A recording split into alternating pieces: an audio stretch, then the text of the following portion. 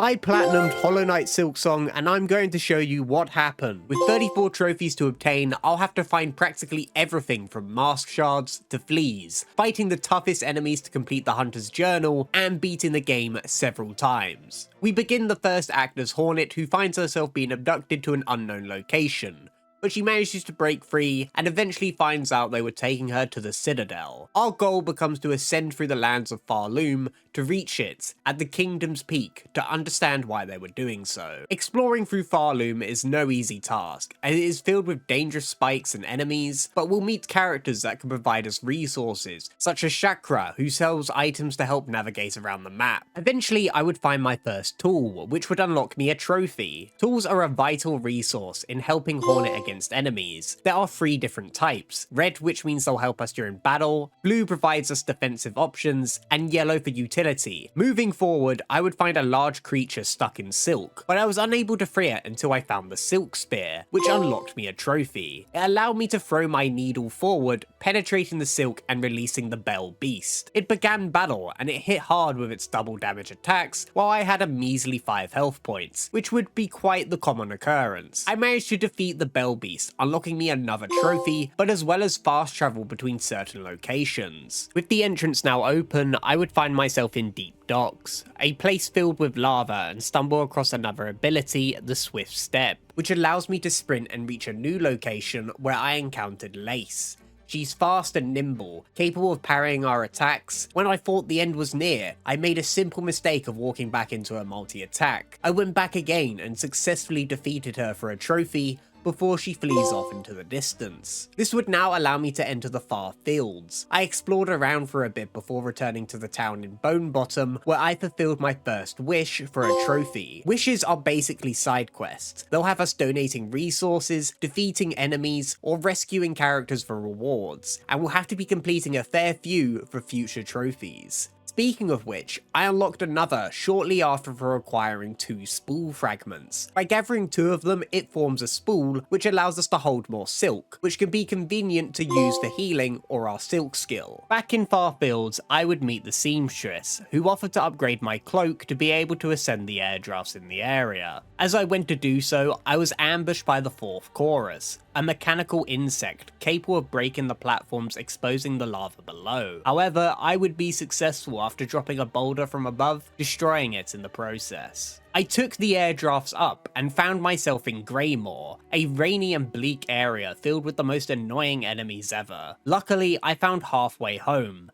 a resting point, and spoke to its inhabitants.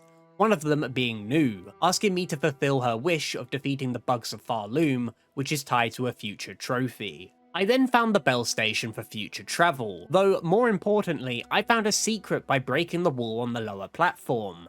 This would lead me to Moorwing, a giant moth with powerful lunges and saw blades that hurt. I began to learn its attack pattern and beat it on the next attempt. It opened a pathway to haunted Bellheart, and I was shocked to find its residents hanging in the sky by silk thread. Confused on what I needed to do, I went exploring and found another area close by called Shellwood. I decided to go back and check more of Bellheart, where I met the Bell Hermit, who told me some information but no more. Eventually, I decided on Greymoor, where I found the Chapel of the Reaper, which involved jumping over harmful spikes and fighting enemies with giant scissors. This led to me finding my first crest, which changes Hornet's attacks as well as provide different slots for our tools. It would be quite a while until my next trophy, but I'll tell you what I found during that time. I dealt with some of the worst enemies in Greymoor, who seemed to have the most perfect spacing ever. It would lead me to eventually finding another silk skill, Threadstorm. I then went back to Shellwood and fought Sister Splinter, who had crushing yet predictable attacks, leading me to yet another new ability, the Cling Grip, allowing me to hold onto surfaces and wall jump upwards. I started moving around the map more and fulfilling wishes before coming across the Blasted Steps, a desert area filled with dangerous pits of vicious worms and tons of verticality movement. I made it to the top. According to my map, it is the last point before the Citadel, but there is a locked door, and the pilgrims there talk about large bells that need to be rung for the Grand Gate to open. The only one I was missing was in Bellheart, which I had missed through a section in Shellwood. It was guarded by the Widow, who had agile and strong attacks, to swinging large bells in my direction. It took many attempts until I was successful, and in return I learned a new ability, the needling, which could play ancient melodies and open these types of doors. I rung the bell for the Grand Gate, but also found out this restored the residents of Bellheart, and went to fulfill their wishes. I also explored the map with my new abilities, finding resources that would later help me. However, my playthrough would entirely change as I was fighting this one enemy who abducted me to an unknown location, and stole my items, leaving me vulnerable. I navigated through the prison and the coldness outside to retrieve my items back. I would find myself in the slab after stumbling across a map. This also led me to another area to the left known as Mount Fae, but it was impossible to traverse. I then found a bell station and took my way out. Instead of focusing on the main objective, I explored the areas more thoroughly and found new places like the Sinner's Road, Bilewater, and the Mist. I found these places too difficult and returned to the Blasted Steps, when the Grand Gate was about to open, but I was stopped by the last judge, who can control the battlefield up close and from range with its chain ball. I progressed further into the fight, only for it to now produce flames on its attacks. I would fail numerous times. So I decided to explore the map, hoping for more resources to help me in battle. This is where my next trophy would unlock, as I had found my 4th mask shard, granted me an additional hit point, yet almost meaningless as the last judge deals 2 per hit. I made 3 further discoveries. The first being on the west of Bone Bottom, where I unlocked the Crest of the Wanderer. Then within the Marrow, there was the Hunter's March. It never came across that I could pogo jump off these red plants. I originally assumed I needed an ability to do so. Within this area, I found a merchant to buy more tools and entered the Chapel of the Beast, to defeat the Savage Beastfly to obtain another crest. Finally, I came across Eva, encased within the ruins of the Weavers in Moss Grotto. She offers her insight to us and involves our Crest of the Hunter. At this point, it felt like I couldn't find much more in terms of upgrades for this fight, as other areas were also a pain to navigate. I had to persevere against the last judge until I beat it. The Grand Gate would open and reveal I was now in Act 2, Citadel of Song.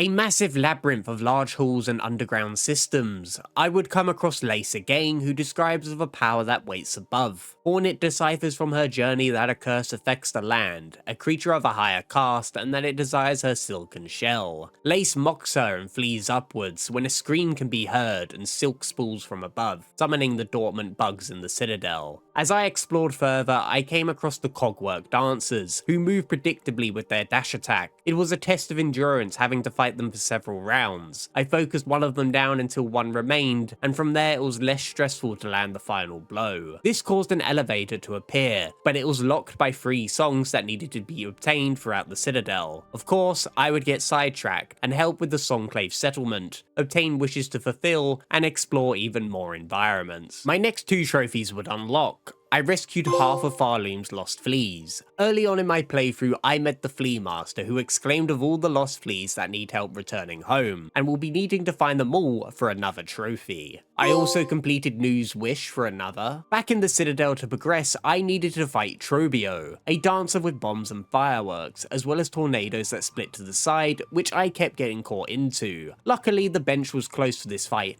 not making it a hassle. Defeating him would allow me to access the Underworks, where I would eventually obtain a new crest after buying a key from the 12th Architect. I would then explore further into the area and find a new ability, the Claw Line. It taught me I could grab onto these rings, which sparked the idea of me returning to Mount Fae. It puts our movement to the test, as we climb up the mountain using the claw line and wall jump. We must be quick, otherwise the coldness will slowly dwindle our health bar away, and was I glad I went here, because at the very peak, I received the Fade Down Cloak, which now allows me to double jump. With my new abilities, I decided to give Bilewater another shot, yet I wish I didn't, an unforgiving place with strong enemies. Falling into its contaminated water destroys our silk, which affects our ability to heal. I also cannot forget the lack of benches, which leads me to the worst boss fight ever, Groll the Great. He resides in this arena, and if you die, the closest bench is here, making it one of the worst runbacks ever. The problem is, you must fight a gauntlet of enemies before Groll. They have the best spacing, making them hard to hit. After dealing with them, it is time for Groll, who can spit bombs, inhale you, and fly into you all for double damage. You die, and now it's time for the run back. So I gave up and moved elsewhere. I explored into the upper parts of the Citadel with the claw line to eventually learn the conductor's melody after another brutal gauntlet of enemies. Then I found new places like the White Ward and Wisp Thicket, where I had to fight a burning scarecrow.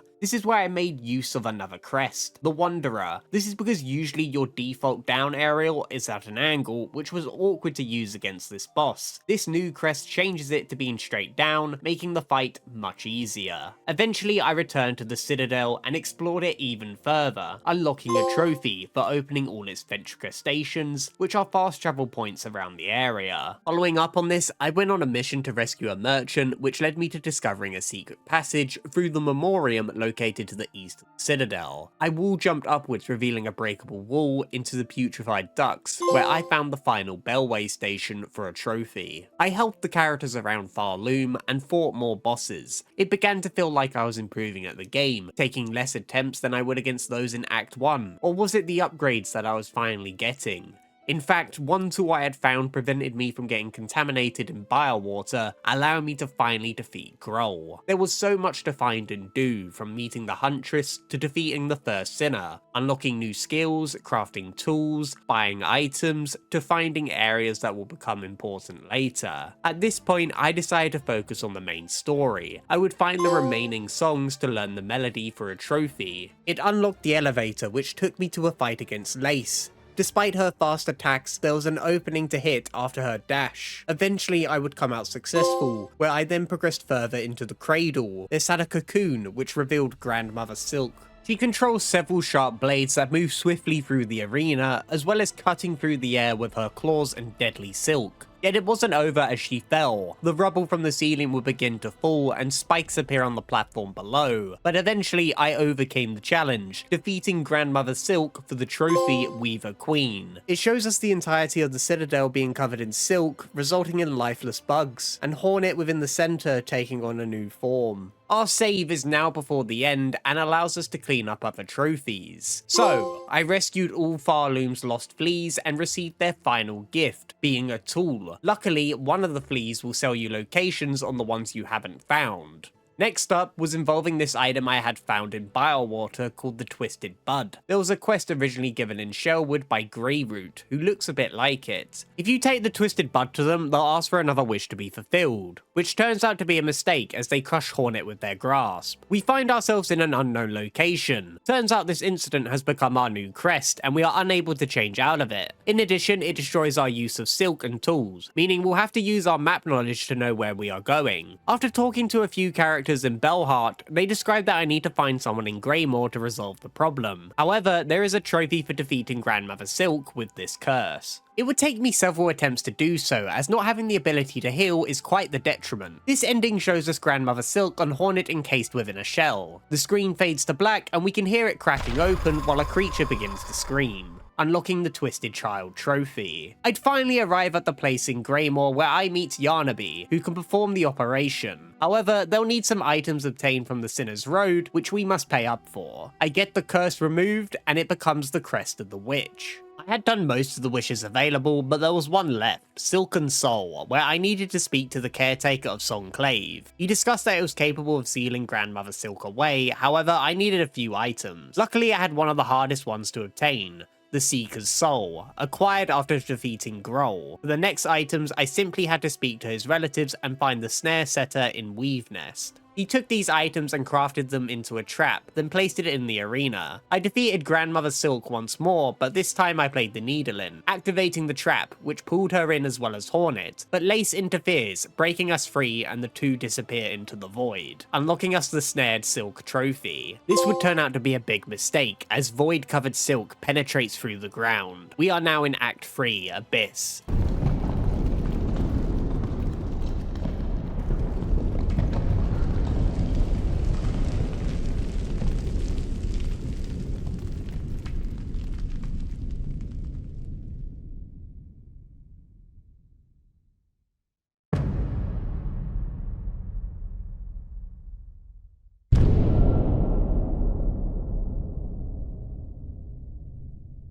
Barloom's environment changes due to the void, and enemies can also be infected, resulting in them having much larger health pools and damage. Hornet intends to seek out the caretakers to resolve the issue once more, but to my surprise, fast travel was locked behind the Bell Eater, a giant centipede that can attack from both ends. Thankfully, the Bell Beast deals the final blow. I make my way to the ruined chapel where the caretakers, now snail shamans, reside, and it is discussed that Grandmother Silk resists the dark to save her child, Lace. However, it won't be long till the void puts Farloom into complete ruin. Hornet decides to go to the source of the problem, the Abyss, which we can only access through the diving bell that I found earlier on in my playthrough. Despite its fragile condition, it was capable of diving with the help of the worker, Ballo. We descend, but unfortunately the bell becomes damaged in the process, yet we're able to make one last contact, that if they can retrieve it, we will not be returning within. I explore through the Abyss before coming across the void pool. A vision of Lace appears, and she rejoices in letting it all come to an end. Hornet believes with her strength she'll be able to stop the fall of Farloom, with the hidden power, the bloom that repels the dark, which the shamans should be able to help achieve.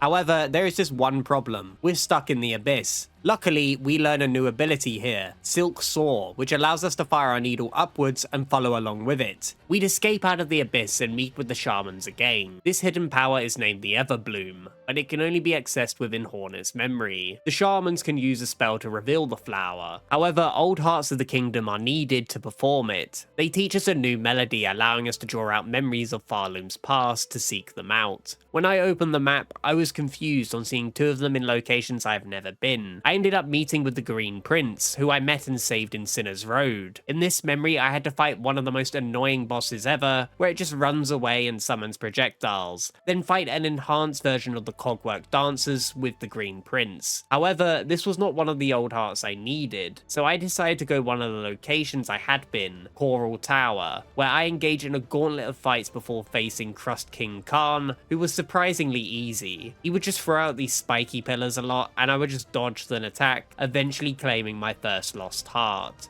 Before our next one, I got sidetracked in places I could access with the Silksong, such as activating the passes of the Age Wish. This was a list of riddles roughly indicating where this character was. I met Mr. Mushroom for the first time. He would talk a bit, then disappear into the next location. We'll come back to this later, as I now decided to obtain the second heart, in which I had to battle Shrine Guardian Seth, who was quite difficult with his slashes, as well as that shield which can block my attacks. He also likes to jump into the air, then dive bomb, finishing with a swipe. After several attempts, I would be successful, where I would have to fight Nyleth to obtain the next heart. She was easier compared to Seth, as I could just repeatedly down aerial. She had a few ranged abilities, but I began to use my claw line and dash more effectively than ever before to dodge them. With 2 lost hearts obtained, I decided to fulfill more wishes and gather more tools along the way to get closer to that 100%. I found myself back at the top of the cradle, where I would find Grandmother Silk's arm, granting me the pale nails, unlocking me a trophy for binding all the Silk skills. Speaking of which, I briefly mentioned the mist earlier on. This area is a maze, but turns out you can play your needle into these butterflies, which will show you the direction. After several rooms, we arrive at the exhaust organ, where a fight against the Phantom awaits, which granted me a silk skill, allowing me to parry. The other silk skill I had picked up was located within the wormways, which allowed me to dash forward, piercing through enemies. While I was still at the top of the cradle, I had the last riddle for Mr. Mushroom. It had one of the hardest platform challenges, with many spikes that will reset your progress if you touch them, constant wall jumping, pogo jumping off enemies, and short platforms with hardly any rest points. It took me a surprising amount of time to reach the top, and there he was. One final discussion and he disappeared once more, completing the wish. It was now time for the last lost heart, which was Scarsinger Carmelita, found through Hunter's March by using the Silksong. Now this is one challenging fight. She has quick attacks, projectiles, aerials, and ground control. I would stock up on my plasmium hearts, which gave me additional hit points as I was getting destroyed. I would start using my claw line mid-battle to dodge her attacks, and strike back until she eventually succumbed, giving me the final heart needed for the spell. Before returning to the shamans, I waited to obtain all the possible upgrades I could. I went on to completing even more wishes, from fighting, to running a marathon, and playing with the fleas in Fleatopia in games of juggle, jumping and dodging. I'd go on to find more tools, spool fragments, and silk hearts. This would result in several trophies.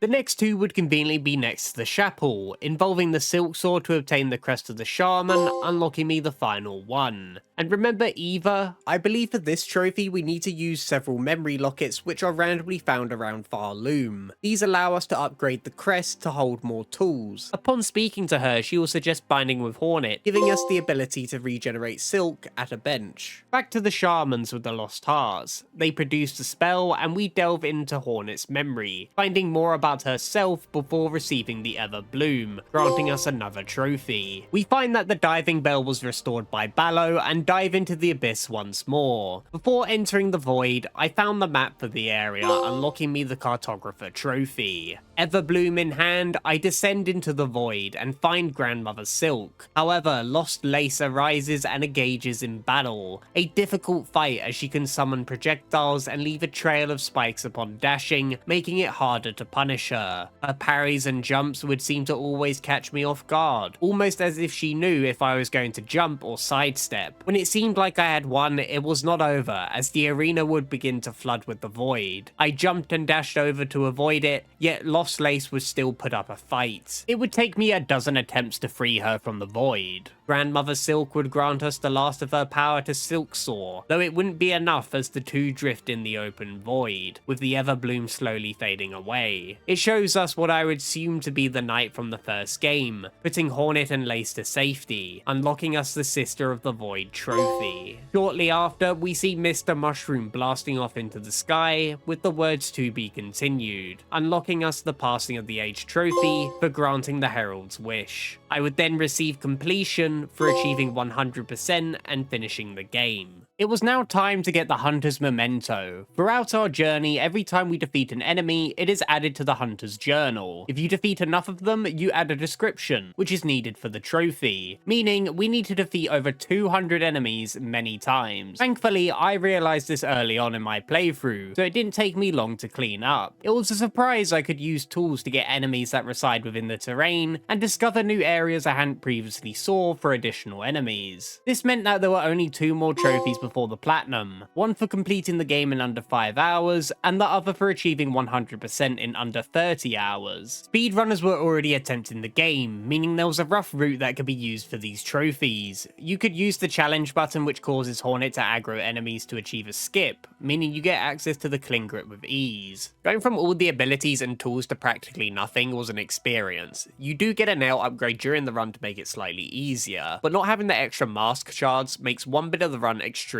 hard, which is the gauntlet of fights before the melody. It ends with 2 enemies that take up half the screen and deal double damage. I kept dying repeatedly to this. I was using an external timer to track my time. I had roughly an hour left and would not know how long the remaining fights would take me. And the thought of losing all that progress made me use a benefit of PlayStation Plus, cloud saves, which would allow me to upload the save and re-download. I would do several attempts for the gauntlet, and if I decided it was taking too much time, then revert the save. Guess this solidifies my point of being carried by the needle and health upgrades when I thought I was improving at the game. I probably took more attempts on this then Lace, which is directly after, and eventually I'd reach Grandmother Silk, who I surprisingly defeated on the first attempt. This would unlock me the speedrunner trophy. Now I could continue that playthrough and achieve 100%, which includes all these items that you see on screen. You do eventually find an item that you can take to your home in Belheart to see how much progress you have left. It is incredible how much there is to gather and witness, such as the many tools acquired from finding them randomly, buying them from merchants, and helping characters around Farloom. The useful Plasmium item had a sad conclusion. You meet the alchemist and the Wormways who ask for help collecting Plasmium with the file after his assistant has gone missing. The more you explore, you eventually find him deceased. Then returning in Act 3, the Plasmium has brought their corpse alive, and we put them out of their misery for the Hunter's Journal. Even the alchemist embraces the Plasmium too much. There was also the second Sentinel, who we started up with the Cogheart pieces gathered around the Citadel, and they eventually challenged us to a duel, which upon victory gave us an item. Following up on speedrunner routes being created, this meant maps were also created with item locations. This meant it was quite easy to identify what you don't have, and to go for upgrades to easily progress through the game quicker than before. Of course, doing a playthrough straight after means we have a better idea where to go and how to defeat the enemies efficiently, which can be applied to the Wish where we deliver a variety of food so we can get the pale oil for the nail upgrade. Having the abilities and prior knowledge made delivering these items much easier, as they are all around the map and one of them being a timed event. In addition, the ability to sit at a bench, then save and quit, taking you back to that bench as a form of fast travel. Overall, it wasn't that bad, just taking me over 18 hours to do so, unlocking me the speed completion trophy and Farloom's Heart, platinum trophy for Hollow Knight Silksong.